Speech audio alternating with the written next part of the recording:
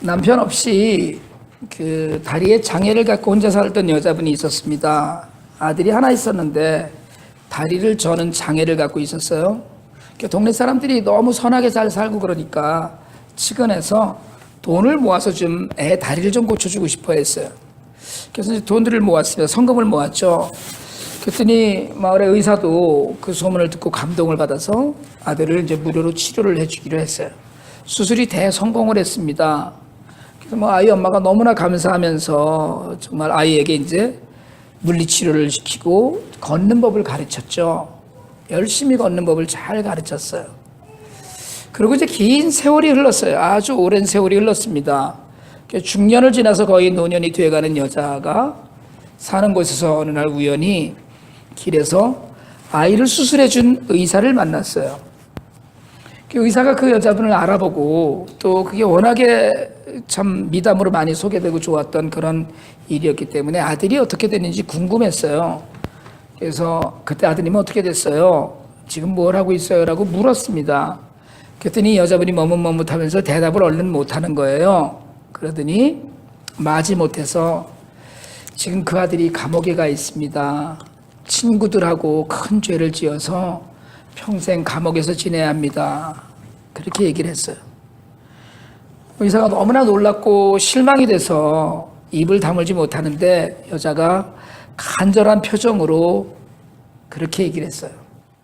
박사님, 제가 그때 아들에게 걷는 것, 뛰는 것만 가르치려고 애를 썼지 어느 방향으로 누구와 함께 가야 되는지를 가르치지 못했습니다. 그렇게 얘기를 했어요. 여러분, 걷는 것보다 더 중요한 것이 방향이고요. 아까 우리 최원수 집사님 간증하셨듯이 우리가 사진은 멀쩡한데 우리는 근심하고 있지만 또 어떤 분들은 전혀 부족한데도 찬양을 하고 있는, 과연 우리가 어느 방향으로 걸어가고 있고 어느 방향으로 살아가고 있는지에 대한 것. 여러분, 죽고 살고 하는 삶의 질의 문제는 어떻게 사느냐가 아니라 어느 쪽을 보면서 살고 있느냐가 중요합니다. 그리고 더 중요한 것은 누구와 함께 가느냐 하는 거예요. 오늘 여러분 삶에 여러분이 살고 계시는 그 삶의 방향을 한번 멈추고 누구와 함께 가는지 한번 확인하시길 바랍니다. 누구와 내가 함께 살고 있는지. 옆에 분들 쳐다보시고 한번 얘기 한번 해보실래요? 이 사람과 내가 잘해야 돼. 시작. 네, 바로 지금 옆에 있는 사람과 잘해야 된다는 거예요.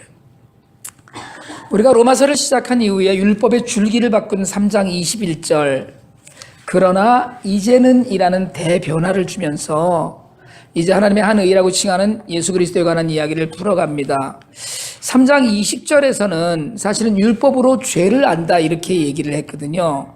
내가 죄인이라는 것, 그리고 성경 말씀을 읽으면서 특별히 구약을 읽으면서 바울은 우리가 죄를 깨닫게 된다고 했습니다. 그러니까 성경 말씀은 우리의 모든 것이 말씀 앞에서 드러난다고 이야기해요.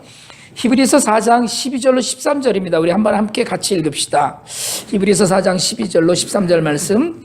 하나님의 말씀은 살아있고 활력이 있어 좌우의 날선 어떤 검보다도 예리하여 혼과 영과 및 관절과 골수를 찔러 쪼개기까지 하며 또 마음의 생각과 뜻을 판단하나니 지으신 것이 하나도 그 앞에 나타나지 않음이 없고 우리의 결산을 받으실 이의 눈앞에 만물이 벌거벗은 것 같이 드러나느니라. 여러분, 말씀을 묵상하면서 자신의 죄를 깨닫고 인생이 어떠한지를 아는 것, 겉으로 드러나 보이지 않지만 지금 우리가 좀 이렇게 뻔뻔스러움이 많지, 이렇게 번듯한 모습으로 앉아있지만 여러분, 사실 하나님의 말씀 가운데 우리의 모든 것이 마치 벌거벗은 것처럼 드러난다는 겁니다. 여러분, 하나님의 말씀을 제대로 읽고 묵상하는 사람은 겸손합니다. 낮은 마음으로 살아요. 자신이 아무것도 아니라는 것을 시간 깊이 깨달으면서 삽니다. 말씀을 읽기는 하는데, 이게 문제거든요. 말씀을 읽기는 하는데 자기의 편의대로 해석을 하면 은혜의 길로 가지 못해요. 결국 자신의 의를 드러내는 죄 가운데 갑니다. 그래서 말씀은 우리를 찌르고 우리의 죄를 드러내고 그것을 씻어 죄를 벗기는 일로 우리를 인도합니다. 지난주에도 우리가 함께 생각한 말씀은 우리에게 이제 그 율법의 엄격함과 죄를 지적하는 아픔을 넘어서 하나님의 한 의가 나타났다고 그랬어요. 그 의는 예수 그리스도예요. 그리고 예수 그리스도를 믿는 모든 사람에게 차별 없이 주어진다고 우리가 이야기했어요. 여러분, 의가 뭡니까? 의가 뭐예요? 우리가 하나님의 의롭다고 하는 의, 우리가 로마서의 요절이라고 하는 로마서 1장 17절이 중요하다고 말씀드린 적이 있어요. 같이 한번 읽읍시다. 복음에는 하나님의 의가 나타나서 믿음으로 믿음에 이르게 하나니 기록된 바 오직 의인은 믿음으로 말미암아 살리라 함과 같으니라. 아멘. 바울이 로마서를 통해서 로마 교회 성도들에게 소개하려고 하는 것은 하나님께서 그리스도를 통해서 준비하신 하나님의 의예요. 이 의는 스스로 하나님 앞에 설 수 없게 된 죄인 우리거든요. 우리 모두가 스스로 하나님 앞에 설 수 없었어요. 그래서 그 죄인들을 위해서 친히 준비하신 거예요. 그런데 그것이 예수 그리스도를 통해서 예수 그리스도를 믿음으로 얻을 수 있는 의입니다. 죄인을 은혜로 의롭게 하시는 하나님의 의, 바른 관계라고 이야기해요. 의는 하나님의 의가 뭐냐? 그러면 하나님과 우리 사이에 바른 관계로 이야기합니다. 그 의를 알아가고 그 의 가운데 우리가 설 수 있는 것, 그 하나님의 뜻대로 살 수 있는 능력이 의거든요. 하나님의 뜻대로 살 수 있는 힘을 우리에게 주셨다는 거예요. 그러니까 하나님의 의는 누구나 큰 죄인이나 작은 죄인이나 심지어는 인종이나 나이나 성별을 차별하지 않고 믿는 누구에게나 주어지는 겁니다. 여러분, 이 신학 사상이 굉장히 중요해요. 왜냐하면 이 신학 사상을 깨달아가면서 흑인도 노예가 될 수 없고, 가난한 사람, 부유한 사람이 같이 살아야 되고, 백인의 백인 천지라는 세상은 없는 것이고, 여자에게도 당연히 투표권을 주어야 된다라는 그런 사상이 싹트게 되는 바탕이 이 신학 사상입니다. 차별 없이 준다는 거예요. 그래서 예수 그리스도를 하나님의 의로 주셔서 이 의를 받지 않고 의롭다는 평가를 받지 않고는 하나님의 나라의 백성으로 살 수 없어요. 심판의 자리에서 영원히 천국에 갈 수 없습니다. 하나님의 의가 없으면. 그러니까 차별이 없다는 건 역으로 이야기하면 변명할 수 없다는 걸 이야기해요. 오늘 이 자리에 앉아있는 우리만이 아니고 세상 모든 이들에게 하나님이 세상을 이처럼 사랑하사 예수 그리스도를 보내주셨는데, 거부하고 거절하면, 내게 기회가 있었는데도 불구하고 내가 거부한다면 하나님 앞에서 예수를 믿지 않았던 걸 변명할 수 없다는 거예요. 어느 날 심판 자리에 서서 너는 기회가 있었는데도 의를 덧입기를 원하지 않았다, 그래서 지옥이다, 이런 변명할 말이 없다는 거예요. 그런데 이 차별이 없는 의에 더 중요한 건 은혜로 주신다는 겁니다. 그러니까 하나님의 의를 주시는 첫 번째 방법이 은혜로 값없이 주신다는 거예요. 오늘 우리가 읽은 24절 같이 한번 읽겠습니다. 그리스도 예수 안에 있는 속량으로 말미암아 하나님의 은혜로 값없이 의롭다 하심을 얻은 자 되었느니라. 여기서 속량이라는 단어는 우리가 그동안에 굉장히 많이 이 이야기는 하던 이야기인데요. 노예를 사고 팔았습니다. 적국에서 포로로 잡아온 노예가 있고요. 노예를 사고 팔았어요. 그럼 노예를 사면 증서가 있습니다. 그 IT에 가면 염소를 사거든요. 그 염소를 사는데 고트 페이퍼라는 것도 사야 돼요. 그것도 이제 10불드라고 그래갖고 여기를 얘기하면 한 15센트 정도 돈을 내서 증서를 받아야 돼요. 이게 뭐냐면 소유권이에요. 그러니까 그 증서가 없으면 염소를 자기 소유라고 주장을 할 수 없는 거예요. 그래서 저희가 고아원에 지난번에 8마리 염소를 사줄 때 증서 쓰는데도 한 30분쯤 걸린답니다. 글씨가 안 되고 이해가 안 되고 막 이런 숫자가 막 틀리고 막 이러니까. 근데 어쨌든 그런 증서를 받는 거예요. 증서가 없으면 내 거라고 주장을 못 하는 거예요. 노예를 살 때 노예 증서를 반드시 받습니다. 그런데 노예를 샀잖아요. 증서도 같이 받았어요. 받고 나서 노예가 보는 앞에서 그걸 찢어버려요. 그리고 You're free. 넌 오늘부터 자유롭다. 이게 속량이에요. 죄의 얽매에 있었거든요. 그런데 십자가에 달려 돌아가시면서 우리를 구원하셨어요. 모든 걸 다 갚아주셨어요. 그리고 은혜로 값없이. 여러분, 주님이 십자가에 달려 돌아가셨다고 해서 여러분 돈 내신 적 있어요? 그냥 하나님 앞에 설 수 있게 만드신 거예요. 하나님, 제가 이렇게 의로운 사람이 되었습니다라고 하나님 앞에서 얘기할 수 있는 거예요. 여러분, 우리 모두가 사실은 죄인입니다. 죄성을 갖고 있고 여전히 죄를 짓고 있어요. 그럼에도 불구하고 우리가 하나님 앞에 뻔뻔스러워 우리 마치 당당하게 설 수 있는 유일한 근거가 속량해 주신 주님의 그 은혜를 값없이 누리게 하셨기 때문에 아무것도 우리에게 대가받지 않으시고 뭘 요구하지도 않으셨어요. 그냥 속량해 주셔서 우리를 의롭게 했다는 거예요. 가슴에 손을 얹고 한번 해봅시다. 나는 의로운 사람이다. 시작. 정말 뻔뻔스러워요. 여러분들 보면 하라 그런다고 해. 의롭기는커녕 아이고. 여러분, 의로운 사람이라는 건 조건이 없어요. 그냥 조건 없이 인정해 주신 거예요. 너 괜찮아. 그런데 거기에 대한 우리의 반응이 믿음이에요. 유일한 한 가지 조건이 있다면 예수를 믿는 사람이라는 거예요. 믿어야 돼요. 그러니까 모든 이들에게 온 인류를 위해서 십자가를 지셨지만 믿는 자들만이 의와 구원의 자리에 있다는 거예요. 그래서 첫 번째가 은혜와 값없이라면 그 다음에 다시 세 가지 베푸시는 은혜를 우리가 25절에서 만납니다. 여러분, 예수 믿는 사람 의로워요? 맞나요? 지금 나는 의롭습니다 했잖아요. 여러분, 솔직하게 얘기하자면 예수 믿는 사람 중에 죄인이 더 많습니다. 그리고요, 솔직하게 말씀드리자면 우리는 이렇게 그냥 거룩한 얼굴로 지금 이러고 앉아있지만 교회에 문제가 얼마나 많습니까? 교회는요, 회사나 이런 그 동창회나 이런 데보다 훨씬 문제가 많아요. 여러분, 가만히 생각을 해보세요. 여러분들이 그 모이고 있는 여러 가지 커뮤니티가 있을 겁니다. 많은 사람들이 모이는 그 뭐 동창회도 있을 것이고, 정말 안 할 말로 개 모임도 있을 것이고, 여기 그 세상에서 만나는 그냥 이런저런 친구들 모임도 있을 것이고, 많이 있어요. 그런데 갈등과 여러 가지 분열과 시기와 미움 같은 것이 많이 드러나는 공동체가 사실은 교회예요. 여러분, 예수를 믿는다고 하는 사람들이 얼마나 예수를 욕보이는지 모릅니다. 그래서 뭐 한국에서는 지하철 타고 가다가 지하철 안에서 누가 싸우면 사람들이 그런다고 그러잖아요. 니네 예수 교회 다니냐? 왜 싸우냐고 막 이러고.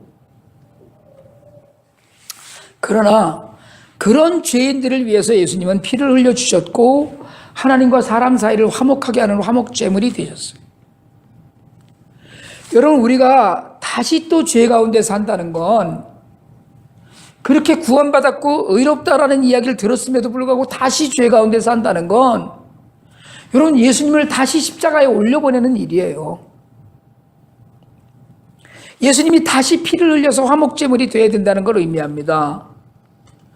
구약에서 제물로 드리는 동물은 여러분 그 번제 드린다고 그러잖아요. 구약의 대표적인 제사가 번제인데 번제는 모든 걸 다 태우는 겁니다. 그런데 통으로 태우지 않고요.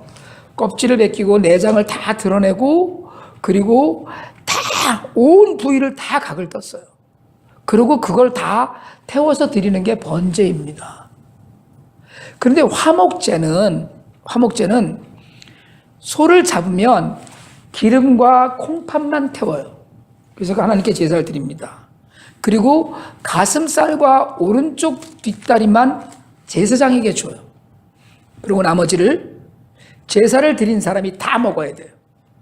근데 너무 재밌는 건 이걸 하루나 이틀 만에, 서원제냐 또는 낙헌제냐 이런 것에 따라 다르지만 하루나 이틀 만에 다 먹어버려야 돼요. 감사제를 드려 화목제물은. 그러면 여러분 생각을 한번 해보세요. 소 한 마리를 평균 600kg라고 그러더라고요. 평균 소 한 마리 600kg. 뭐 우량한 한우를 700kg, 600kg면 1300파운드거든요. 1300파운드를 하루에 먹으려면 어떻게 해야 될 것 같습니까? 제가 보기에 이렇게 앉아서 있는 사람들만 먹어갖고는 되지 않아요. 뭐 지금처럼 멀리 있는 친척들까지 다 모여라 오늘 제사 지낸다 뭐 카톡 보내고 차 타고 이렇게 온다면 혹시 가능할지 모르겠지만 그 당시의 뜻은 그렇지 않았어요. 그러면 그 재물을 다 먹으려면 내가 좋아하는 사람이든 내가 미워하는 사람이든 나랑 어저께 싸웠던 사람이든 나하고 너무나 친한 사람이든 다 모여야 돼요. 다 모여서 먹어줘야만 돼요. 왜냐하면 화목제물로 드렸던 제물이 하루를 지나면 그 제사가 무효가 되고 제사를 드렸던 사람이 해를 받게 되는 경우가 많다고 성경이 기록을 해놓은 거예요. 그러니까 화목제물이라는 건 뭐예요? 다 화목하라는 거예요. 다 화해하라는 거예요. 같이. 예수님이 화목제물이 되셨다는 건 원수가 되었던 하나님과의 사이, 그게 화목이에요. 예수님이 피 흘려서 화목제물로 받으셨기 때문에 하나님과 우리가 다시 화목하게 됐다는 거예요. 사람을 사랑하고 하나님을 사랑하게 하신 이유. 그리고 오늘 25절 중반에 보면 하나님께서 길이 참으시는 중에 그랬어요. 우리에게 의를 나타내서 예수 그리스도를 주시고 의롭다 하시는 것을 은혜로 값없이 주셨는가 하면 피 흘려서 화목제물이 되어서 직접 주셨는데 그걸 길이 참으시는 중에 주셨어요. 오래 참고 기다리셨어요. 여러분, 기다리는 것 자체가 사실은 고통입니다. 기다리는 것 자체가. 근데 하나님은 우리를 의롭게 하시려고, 의롭다고 하시려고 하나님 나라의 백성을 삼으시려고 아직도 참고 기다리고 계셔요. 우리가 자꾸 그걸 안 드리려고 해서 그렇지 매일 매 시간 나를 부르시는데 우리가 고개를 돌리고 살아요. 하나님께서 길이 참으시는 중에 우리에게 베푸시는 것이 하나님의 의예요. 그리고 전에 지은 죄를 간과하셨다고 그랬어요. 여러분, 우리가 전에 지은 죄 넘어가셨어요. 죄 지은 것 압니다. 우리가 지난 수요일 날 깊은 뿌리 마당에서 그 얘기했거든요. 사도신경에 나오는 죄를 사하여 주시는 것을 믿습니다라는 이야기 했는데 우리의 죄를 기억하지 않으신다고 그랬어요. 죄가 없는 게 아니에요. 분명히 그 죄는 있어요. 그런데 기억하지 않고 그냥 넘어가셨다는 얘기예요. 하나님은 의롭으시기 때문에 의롭지 않은 우리와는 어떻게 할 수가 없어요. 같이 살 수가 없는 거예요.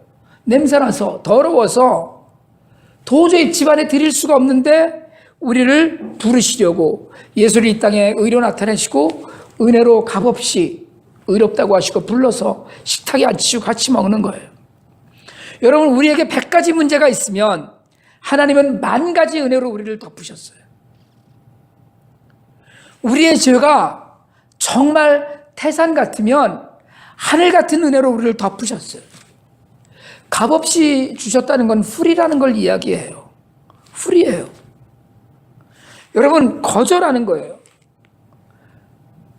그렇지만 값없이라는 또 다른 의미는 가격을 매길 수 없다라는 뜻이기도 합니다. 프라이스레스예요. 가치 없는 것이 아니라 가격을 매길 수 없는 거예요. 그게 사랑이에요.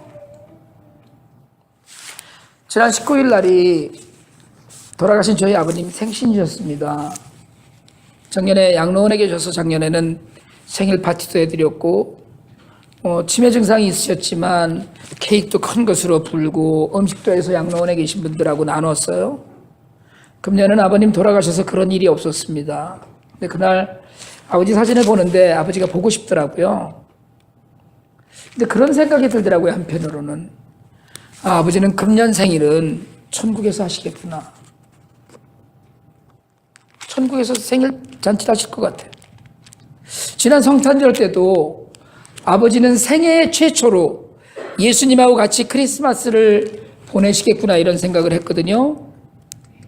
그리고 생일날 아버지를 위해서 천사들이 해피 버스데이를 불러줬을 것 같은 그런 그냥 상상을 했어요.